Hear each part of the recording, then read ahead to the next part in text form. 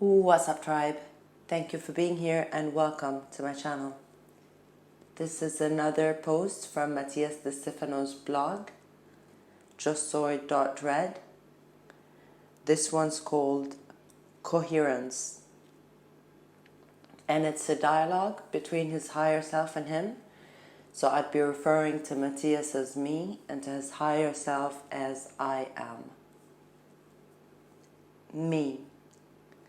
Today I was thinking, what is coherence, really? I am. And did you come to a coherent conclusion? Me. I do not know. Coherence comes from the concept, shared heritage, being the meaning of hierentia in Latin, united, adhered, connected. It therefore means that it is what unites us, what connects the parts. A grandfather with the father with the son, united as family. What passes from one to the other through this connection, hierentia. It therefore means that it is what unites us all, what connects the parts. A grandfather with the father with the son, united as family. What passes from one to the other through this connection is hierentia. That is, the famous family inheritance, be it genetic, ideological, as well as materials or goods. Therefore, being consistent is having the ability to share that connection with others, understanding that everyone is united and connected. I am. Very good. Consistency can be interpreted in many ways, depending on your cultural, philosophical, spiritual, or intellectual background. The common denominator in the collective unconscious interprets coherence as a social duty that demands to pretend what one is. If you do not do what is established by common consensus, they make you directly into a hypocrite. Express clearly in the word what lies in the mind. If the receiver does not understand what you say, it is that you are rambling or illogical. Consistency became a weapon to judge the other and not a tool to connect with the other. Me. And how do I use it as a tool? I am. Well, before thinking about whether others see you as coherent or not, you must use the most important coherence of all, the balance between I believe, feel, and do.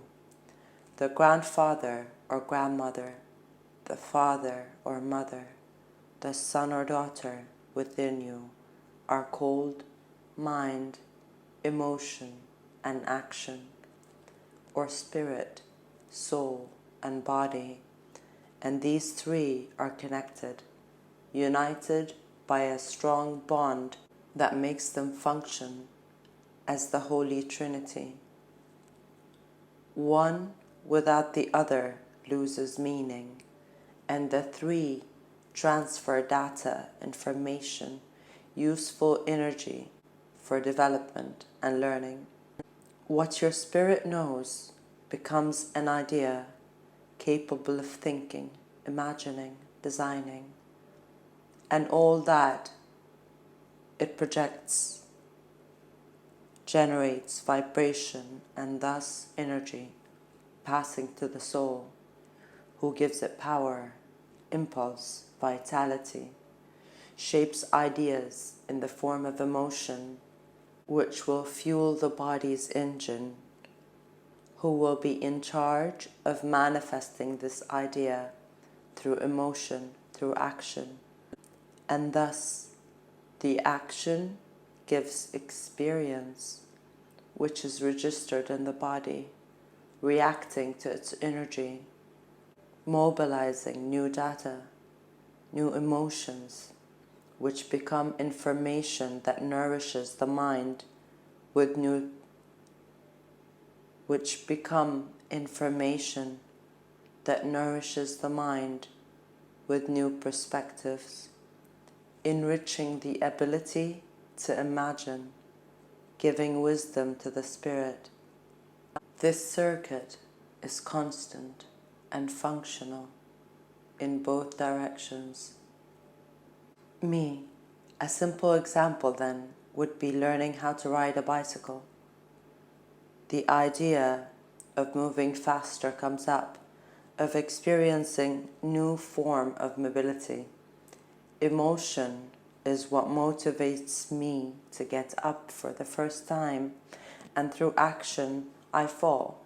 I get up, I advance, and all the emotions such as euphoria, joy, frustration, anger, stability, all of them are the reactions of my actions until I move forward, ride the bike successfully, and this satisfaction is registered in my soul, granting wisdom to the spirit, which will give it the basic notion of how to drive new ideas, such as a motorcycle. I am, and so on, the being is nourished in this connection. But the truth is that in society, people are so busy observing how others perceive us, how they judge us in our actions, that many miss learning to ride a bicycle for fear of laughter or judgments from those who contemplate the first falls. Falling today is interpreted as incoherence and not as learning, and this accumulates many emotions in our bodies of all those things that our spirit wanted to take into action, but that our souls were deprived of going down to the body for fear of being judged.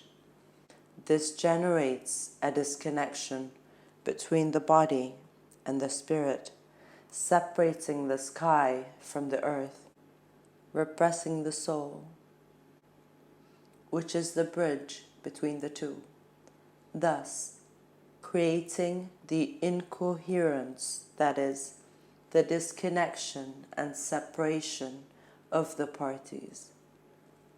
Me. And why is the soul that represses itself? I am, because the soul is energy in motion.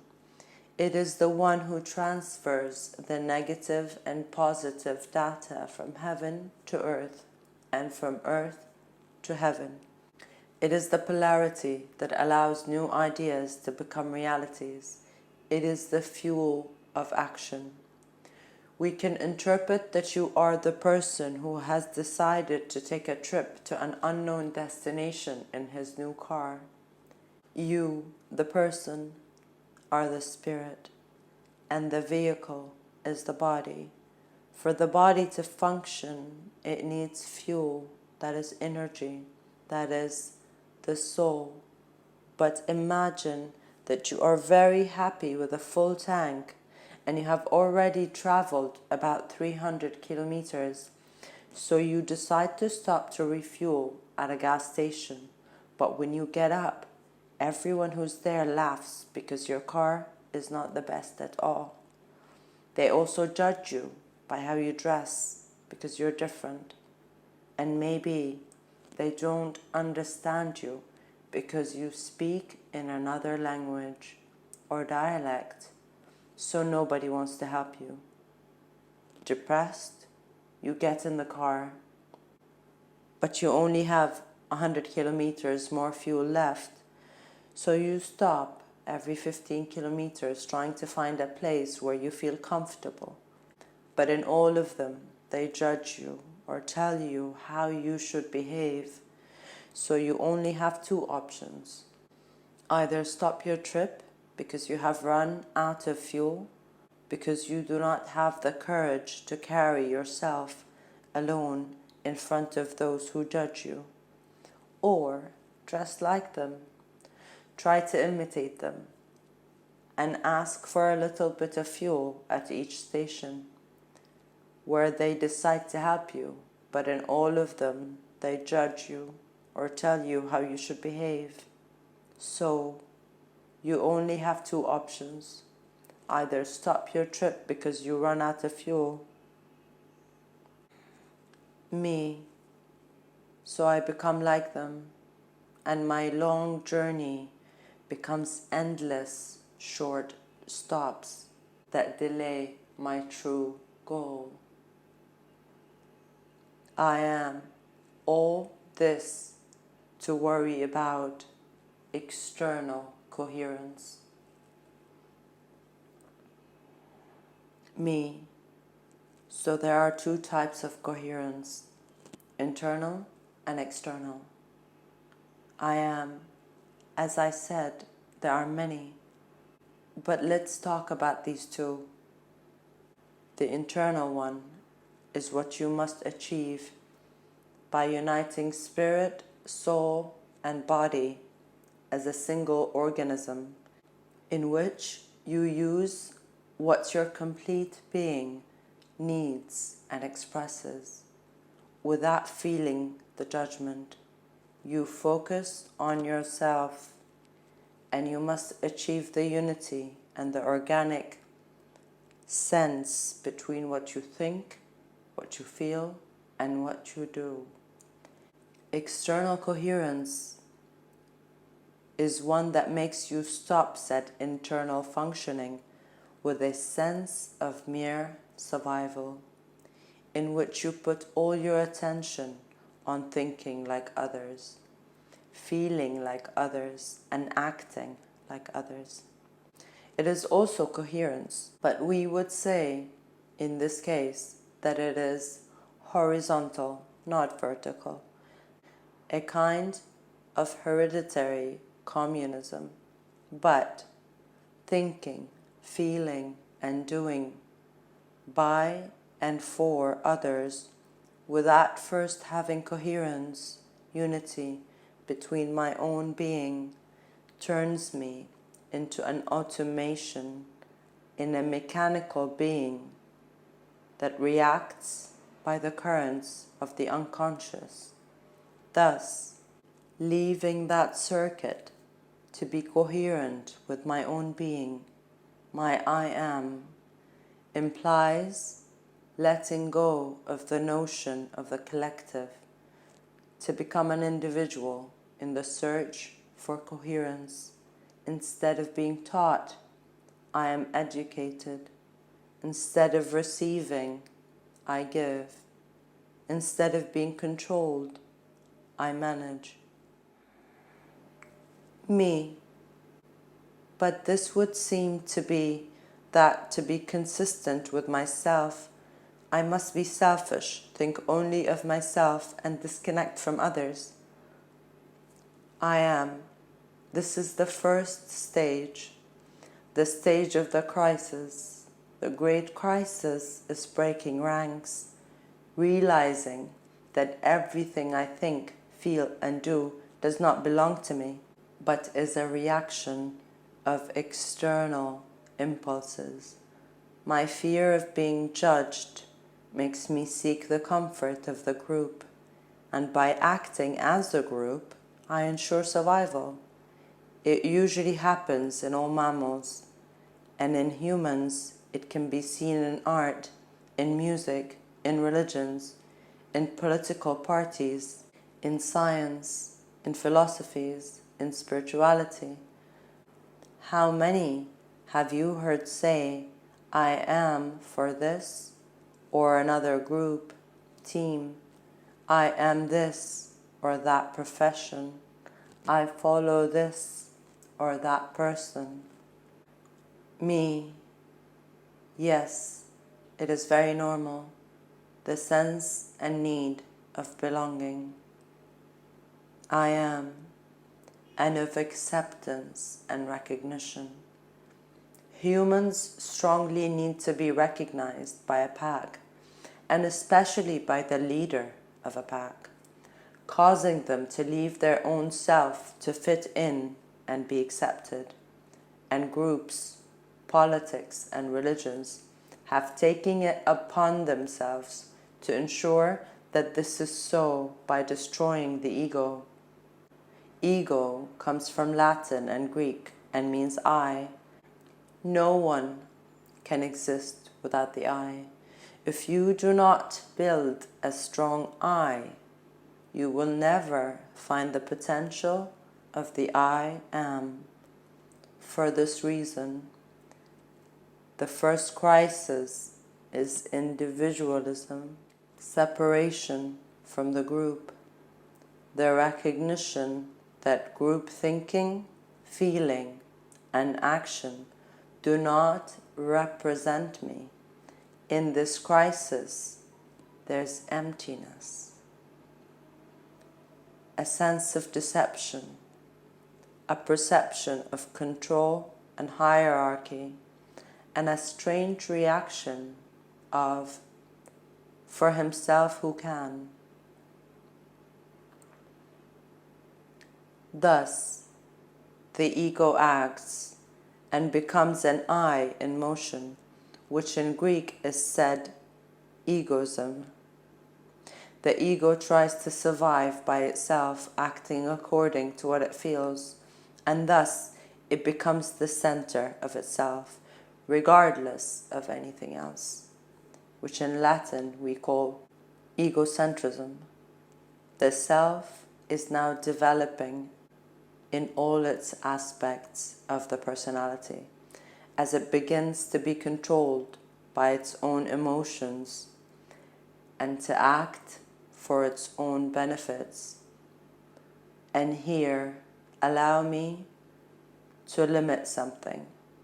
The one who leaves the group and lives his life without caring about others is so selfish and self-centered, as is the one who leaves the group believing himself superior or spiritual, and who tries to force the others in the group to follow his same way.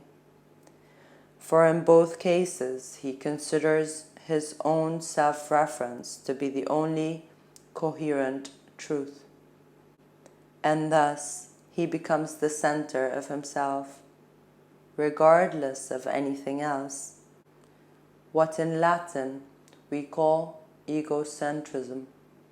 The self is now developing in all its aspects of personality. Me, so sometimes the most loving and spiritual people also act selfishly, considering that it is necessary to remove others from their group status and judge those who do not see the truth of unconditional love, right? I am, exactly. For they only see the truth through their eyes. So the first crisis is to realize that you must get out, and the second crisis is to get out because the ties are so strong due to the years of adjustment that the moment you step outside the group, the eyes begin to judge the different, the crazy, the strange, the fool, the fag, and the know-it-all, the conspiratorial, the conceited, the phony, the selfish, the deserter, the heretic, the traitor, how many more? The currently famous bullying is experienced in all social strata and ages, as you start to be different and the group makes it noticeable. Here we can fall into an emotional crisis that leads to depression, anger, and indifference. If we manage to transcend the stage, the path of the self begins, in which the development of the personality begins.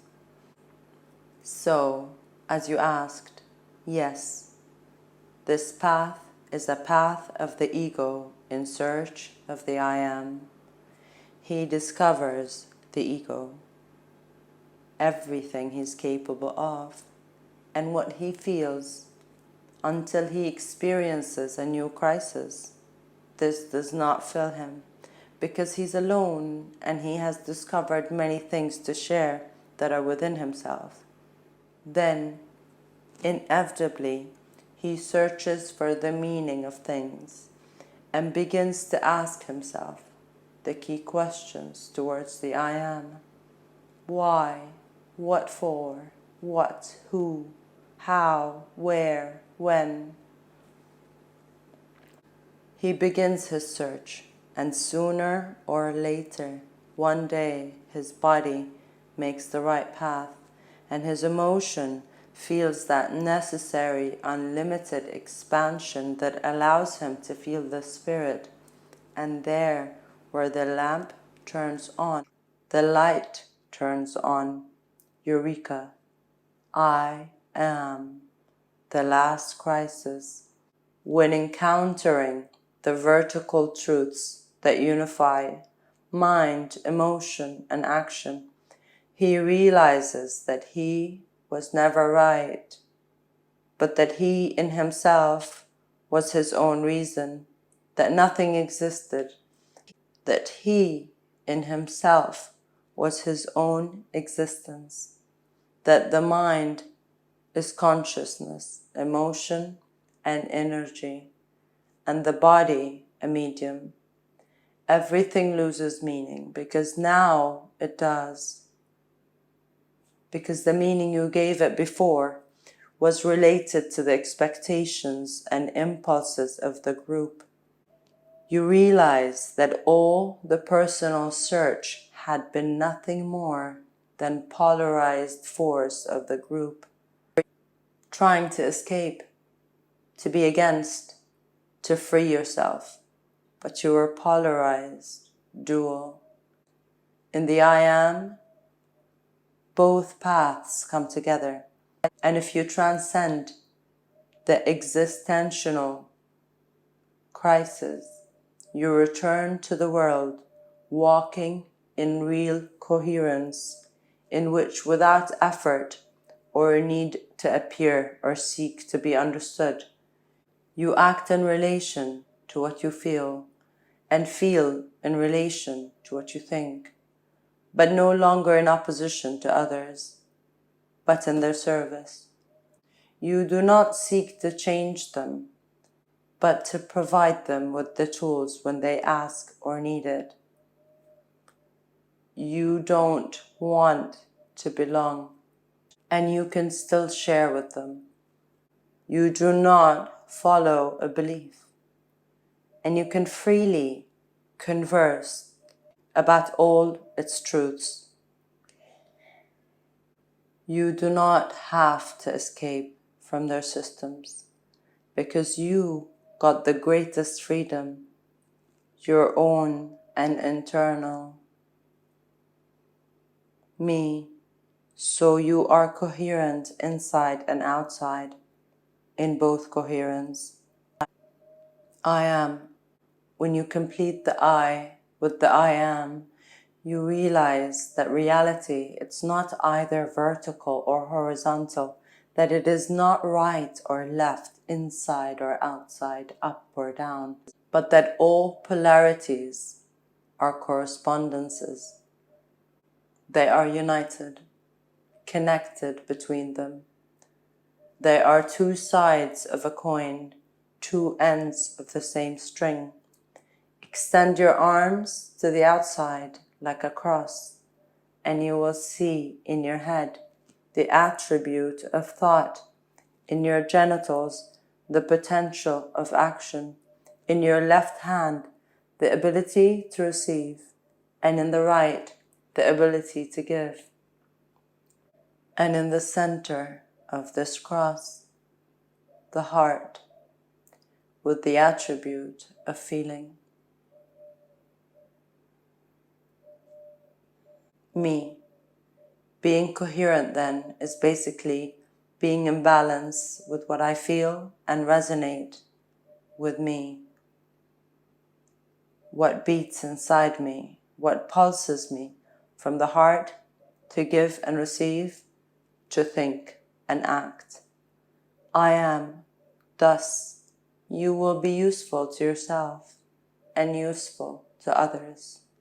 And tell me, are you consistent? Me. Sometimes I feel that I care a lot about what they think of me, and I'm very concerned about how I explain things, if I'm understood, if it is coherent. Sometimes I feel like I've wasted a lot of time trying to do things that I did in the ways that I did, just to make others happy, to please others, rather than doing what I was really supposed to do. I am. What does that make you feel? Me. That much of the potential that I could have used to expand my being, I used to please others. Many times I feel that the things I do for others, I do to be accepted and loved, more than for the fact that they should be done. This is the first year, 2020, in which I am not doing that. That everything I do is because I feel it. However, there is still that feeling that I could give more of myself if I did not think so much about what others will say or think. I am. What scares you of what others think? Me. Just not being consistent. Many believe that I do this for money, or that I am a sham. I know that it is not like that because I know myself, and those who know me know it. However, these visions make me rethink whether later, when I have to do work in the social sphere, everything I have done so far will not play against. Such as if someone could say, now you come to take care of society when in 34 years you dedicated yourself to meditating and not doing anything practical for the people? I am. And do you think that those who say that were born being the best Samaritans and were already manifesting their potential from their first year of life? Me. No, of course not. I am. So everyone has a different time and preparation, a different path. Judging the ways of others does not make you a better person.